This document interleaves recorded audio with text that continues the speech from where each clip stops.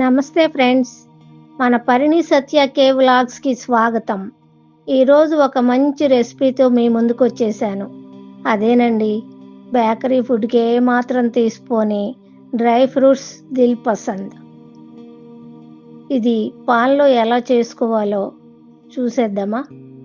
మొదటిగా 3 కప్పులు గోధుమ పిండి తీసుకుందాం.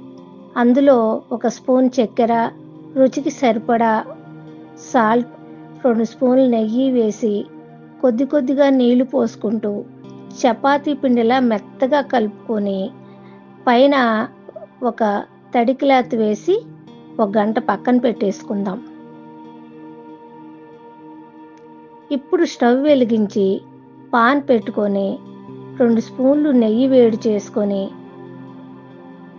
అందులో డ్రై ఫ్రూట్ మీ ఇష్టం, బాదం 1 కప్పు, అక్రోటు, అలాగే జీడిపప్పు 1 కప్పు, పుచ్చగింజలు, అవిసె గింజలు, నువ్వులు అన్నీ మీకు ఇష్టమైనన్ని వేసి వేయించుకోవాలి. స్టవ్ ఆఫ్ చేసి 1 కప్పు ఎండు కొబ్బరి పొడి, 1 కప్పు బెల్లం పొడి వేసి బాగా కలపాలి. తర్వాత కలిపి పెట్టుకున్న పిండిని ముద్దలుగా చేసి రొట్టెలా చేయాలి.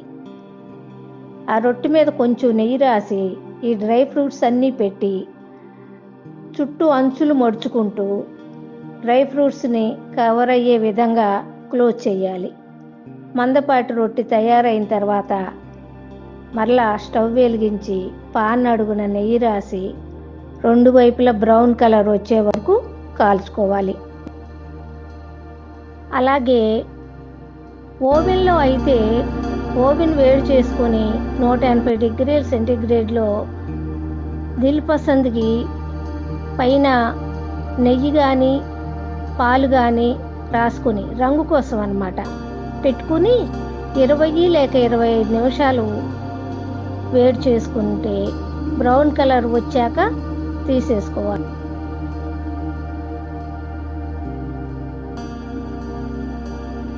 వీడియోలు చూపించాం కదా, అదే విధంగా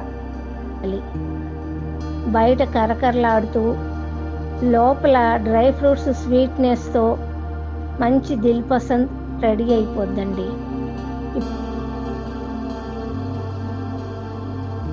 ఇప్పుడు మీకు నచ్చిన షేప్లో ముక్కలు కట్ చేసుకోవటమే. వేడివేడిగా మొదటి ముక్క మీకేనండోయ్. మరి నచ్చిందా? ఎందుకు ఆలస్యం? చేసి మీ పిల్లలకి పెట్టండి.